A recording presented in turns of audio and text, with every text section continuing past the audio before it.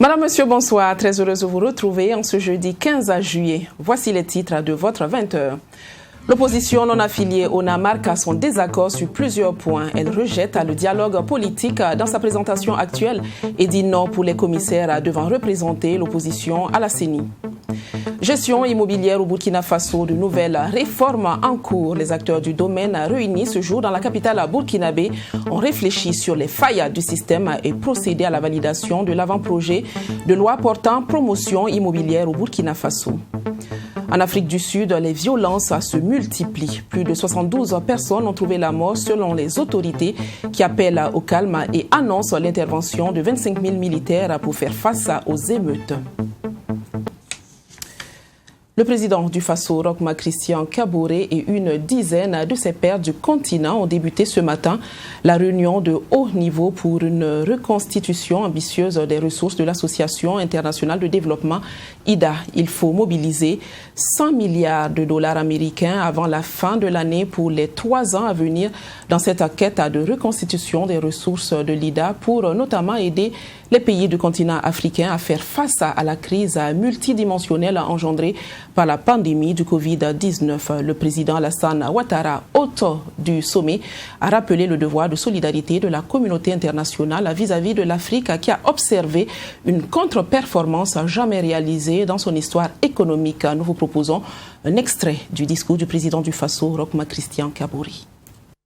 Aujourd'hui est venu participer à cette rencontre parce qu'il s'agit de reconstituer, je dirais, l'IDA 20, avec des objectifs stratégiques qui sont importants, qui sont le développement du capital humain, qui sont les questions de relance de nos économies, qui ont été largement affectées.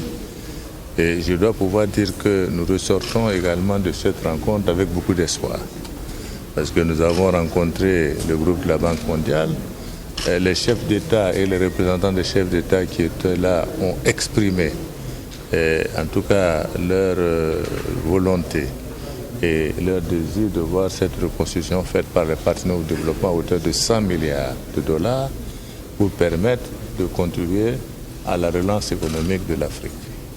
Parce que nous sommes dans un développement déséquilibré où dans cette crise, d'autres pays ont eu des centaines de milliards de dollars pour sortir de cette crise sans trop de casse et sont même dans leur reconstruction.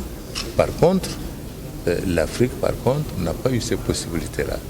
Et cette injustice-là doit se réparer dans une sorte de solidarité que nous devons avoir ensemble au plan mondial. Donc, on espère que le message est bien compris et que les différents pays feront en sorte que ce déséquilibre-là, nous puissions le faire parce que, vous savez, un monde qui se développe dans le déséquilibre, c'est un monde qui restera forcément dans une crise très violente. Donc il est important donc, que tout le monde le sache et que nous puissions travailler dans le sens d'un équilibre, d'un meilleur équilibre des uns et des autres.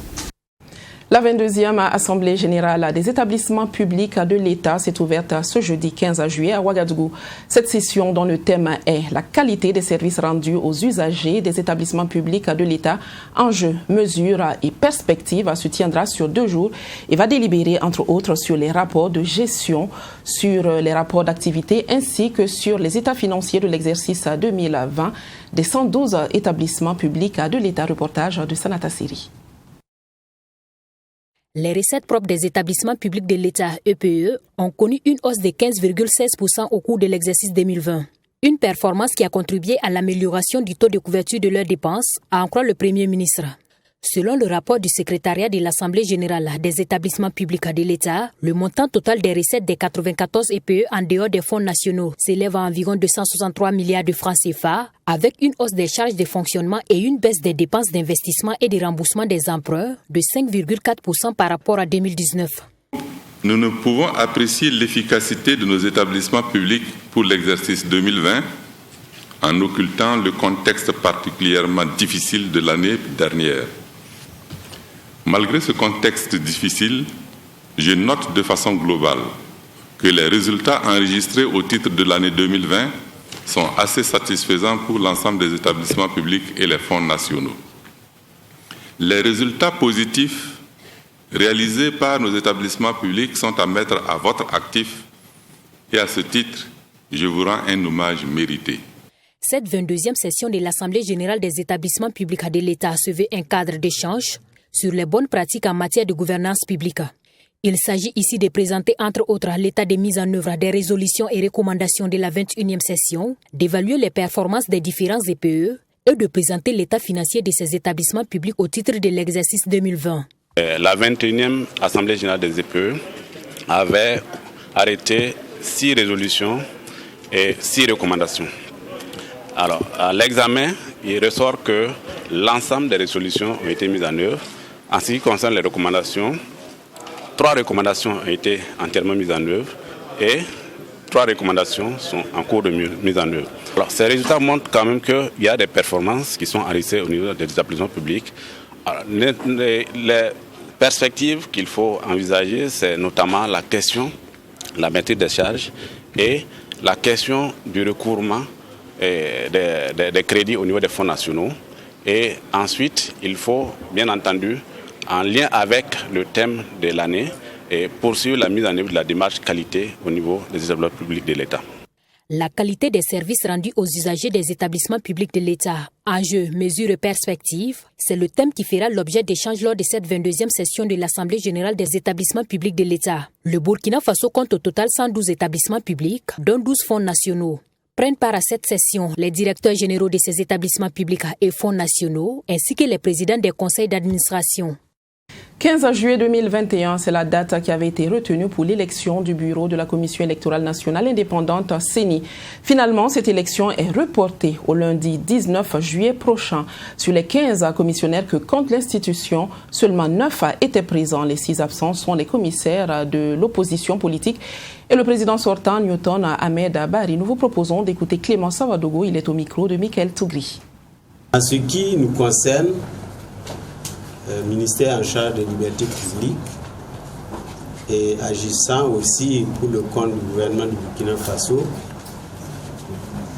nous avons considéré qu'il était important, une fois de plus, de donner des chances au dialogue, à la concertation,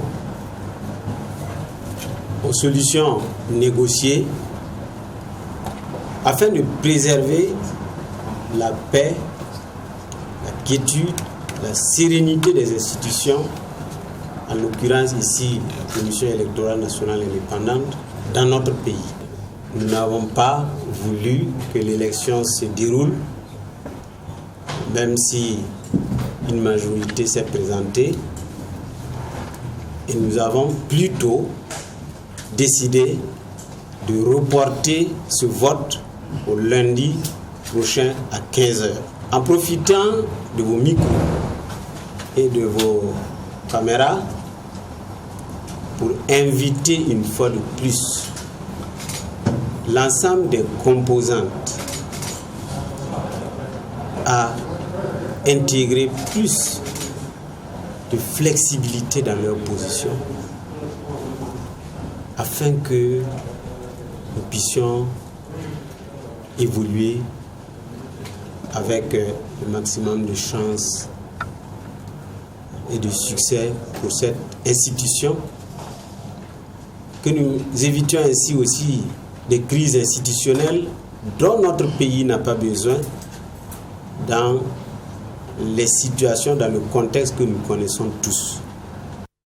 L'opposition non affiliée au NA réaffirme son existence et rejette le dialogue politique entrepris entre la majorité et le cadre de concertation du CEFOP. Elle n'est pas non plus d'accord avec les commissaires qui doivent représenter l'opposition à la CENI. Les membres de l'ONA ont fait part de ces différentes positions lors d'une conférence de presse animée ce 15 juillet 2021 à Ouagadougou. Le compte rendu est de Fatimata Nikiema. Après la sortie du chef de file de l'opposition politique burkinabé pour dire non aux représentants de la chefferie traditionnelle à la Commission électorale nationale indépendante CENI, c'est au tour de l'opposition non affiliée ONA de récuser les commissaires devant représenter l'opposition politique au sein de cette institution. Selon professeur Abdoulaye Souma et ses camarades, l'opposition politique doit être représentée par des membres issus du cadre de concertation du CEFOP et de l'ONA. Actuellement, les commissaires qui représentent l'opposition au niveau de la CENI, qui vont être validés, sont des commissaires désignés seulement par le cadre de concertation du CEFOP, sans concertation avec l'ONA. C'est pourquoi l'ONA rejette également cette structuration de la CENI dans sa partie où les représentants de l'opposition ne sont pas des représentants de l'opposition entière, mais des représentants d'une seule partie de l'opposition. Le dialogue politique suspendu il y a quelque temps était aussi à l'ordre du jour. Selon les conférenciers du jour, la loi qui régit actuellement le statut du CEFOP doit être modifiée pour statuer sur le cas de l'ONA. En attendant, l'ONA doit par conséquent, selon son porte-parole, prendre part au dialogue politique pour lui donner son caractère inclusif. Dans les délégués de l'opposition pour aller siéger au dialogue politique, il faut une concertation de l'ONA et du cadre de concertation du CEFOP pour désigner ses délégués. À partir du moment où le CEFOP n'a pas fait cette concertation, l'ONA ne se reconnaît pas dans les délégués de l'opposition qui sont au dialogue politique. Et donc voici pourquoi nous rejetons le format actuel du dialogue politique. Le format actuel, c'est le format APMP, une partie de l'opposition qui est cadre de concertation de ces fonds. Alors qu'on doit avoir format APMP et toute l'opposition. Si rien n'est fait, l'ONA compte engager des actions pour se faire entendre selon son porte-parole. Il s'agit entre autres d'actions en lien avec la sécurité, la paix, la réconciliation et la cohésion nationale, ainsi que la bonne gouvernance. Il a par ailleurs appelé tous les acteurs impliqués dans la mise en place des membres de la CENI à respecter l'esprit et les lois qui régissent cette institution. Les acteurs du secteur immobilier veulent plus d'ordre dans la gestion du foncier au Burkina Faso. Ils étaient en atelier de validation de l'avant-projet de loi portant promotion immobilière au Burkina Faso ce jeudi 15 juillet à Ouagadougou. Vous n'ignorez pas que depuis quelque temps, les litiges liés à la vente de parcelles sont récurrents. Cette loi viendra ainsi donc mettre de l'organisation dans ce secteur en proie à de multiples et graves dérives. Reportage de Mamidriana Kamabou. Ce présent atelier national de validation de l'avant-projet de loi portant promotion immobilière au Burkina Faso est le précurseur d'une série de réformes pour endiguer les graves dérives constatées et dénoncées par les populations.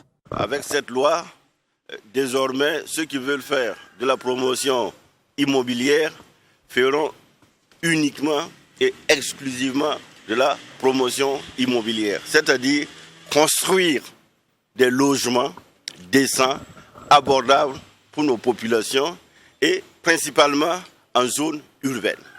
Jugés et condamnés par l'opinion de mener sans vergogne des activités d'accaparement des terres, les promoteurs immobiliers sont souvent pointés du doigt.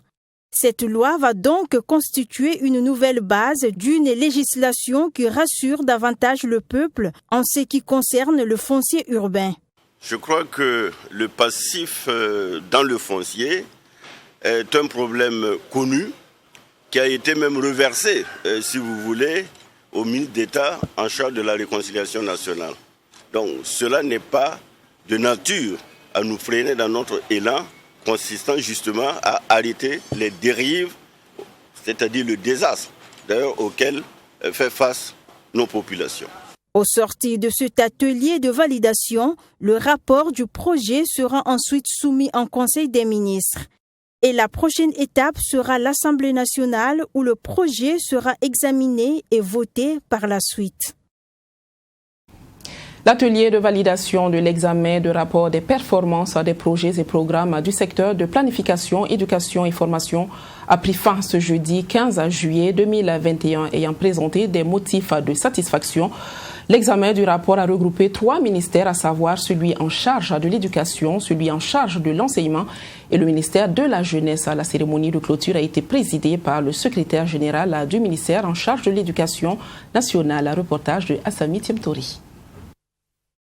Cet examen de rapport se tient tous les 2 ans afin de faire l'état des lieux, des performances, des programmes et projets du ministère en charge de l'éducation et faire des propositions et recommandations en vue d'améliorer le fonctionnement de ces projets selon la réglementation. Et pour cette année, 19 projets et programmes ont été évalués. Pour du MRCRC, il y a 6 projets et programmes qui ont été évalués. Et au niveau du MJPE, il y a 2 projets et programmes qui ont été évalués. Donc, c'est des notes qui sont attribuées et en principe, chaque projet ou programme est noté sur 50 et on estime que lorsque la note dépasse les 40 sur 50, on estime que c'est bien, en tout cas ça a été performant. Et lorsque c'est entre 25 et 40%, bon, ça peut réussir. Je peux dire c'est moyen, mais lorsque véritablement c'est inférieur à 25, alors on estime que ce projet-là est menacé. Et c'est menacé de ne pas atteindre en tout cas les objectifs. C'est un peu ça. Et donc quand nous faisons le projet, la note globale de ces 19 projets, on se retrouve avec plus de 40 en tout cas sur 50. Donc globalement, on pourrait dire que les projets et programmes donc de ce secteur-là sont performants pour l'année, pour les 2 années 2019 et 2020.